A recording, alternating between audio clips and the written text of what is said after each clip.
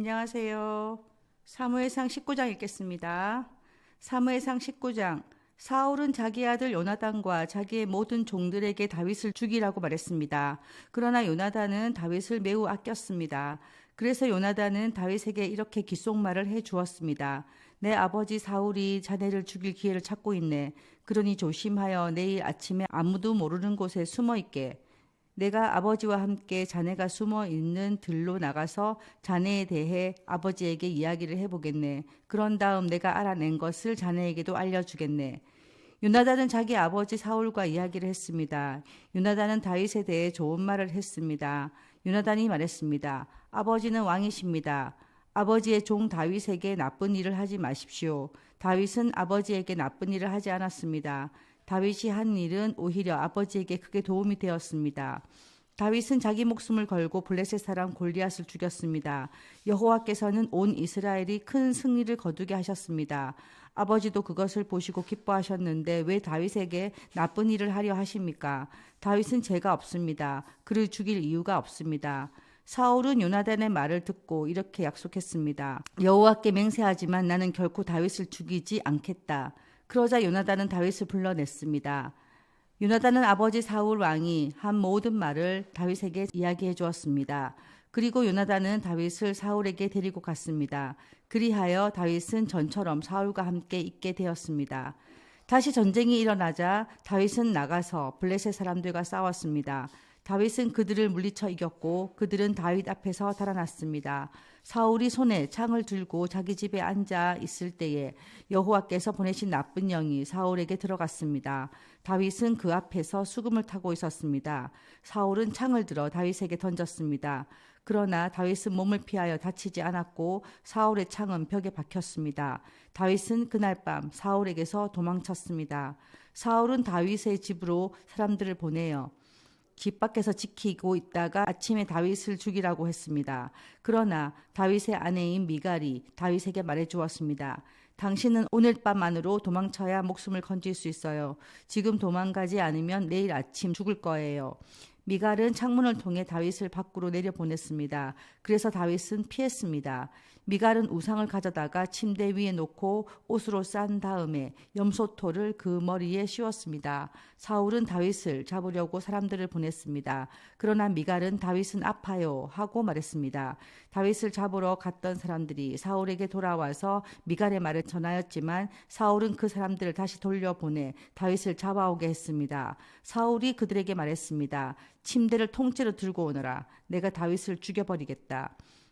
그러나 다윗을 잡으러 간 사람들이 다윗의 집에 들어가 보니 침대 위에 있는 것은 우상이었고 머리털은 염소의 털이었습니다. 사울이 미갈에게 말했습니다. 너는 왜 이런 식으로 나를 속였느냐? 너는 내 원수를 달아나게 했도다.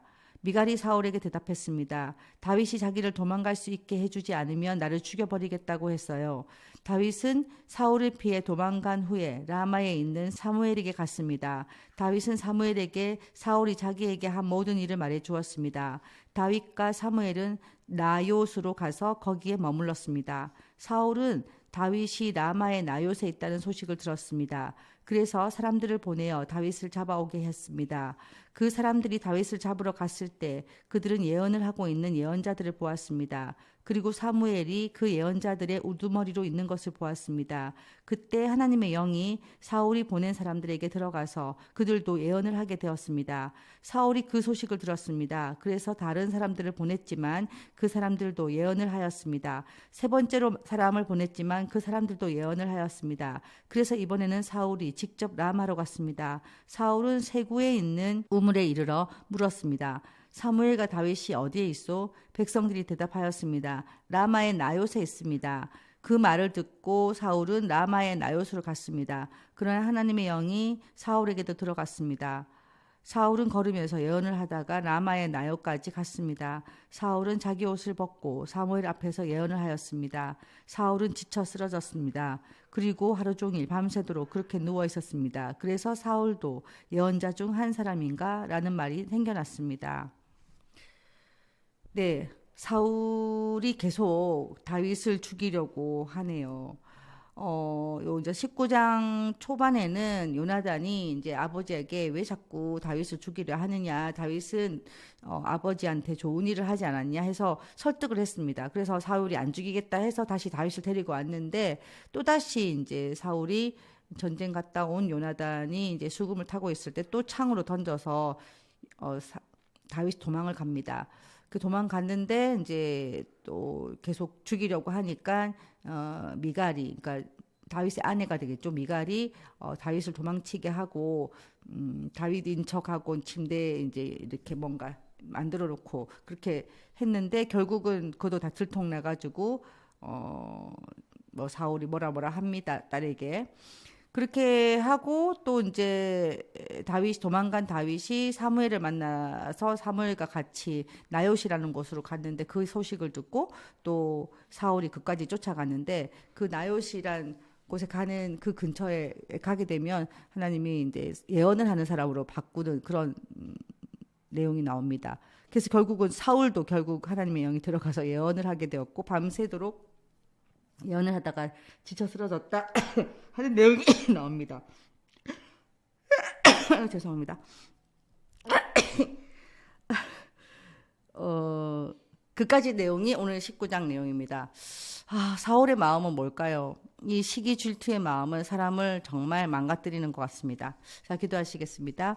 하나님 아버지, 우리의 마음속에 악한 마음이 늘 한쪽 구석에 있습니다. 그런 악한 마음이 드러나지 않고 하나님의 영으로 가득 찬 삶을 살아갈 수 있도록 주님 도와주시옵소서. 오늘 하루도 시작합니다. 주님 안에서 좋은 선택을 하게 하시고 좋은 결단을 하게 하시고 좋은 마인드로 살아가게 하여 주시옵소서. 우리가 인생을 살아가는 길들이 여러 가지 길들이 있습니다. 어떤 길이 다 정답이 없습니다. 하지만 왜 자꾸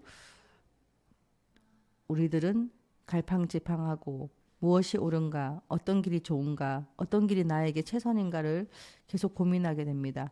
그 모든 고민 중에 결정하는 가운데 하나님께서 지도하여 주시고 하나님의 길을 알려주시옵소서. 이 모든 말씀 예수님 이름으로 기도드립니다.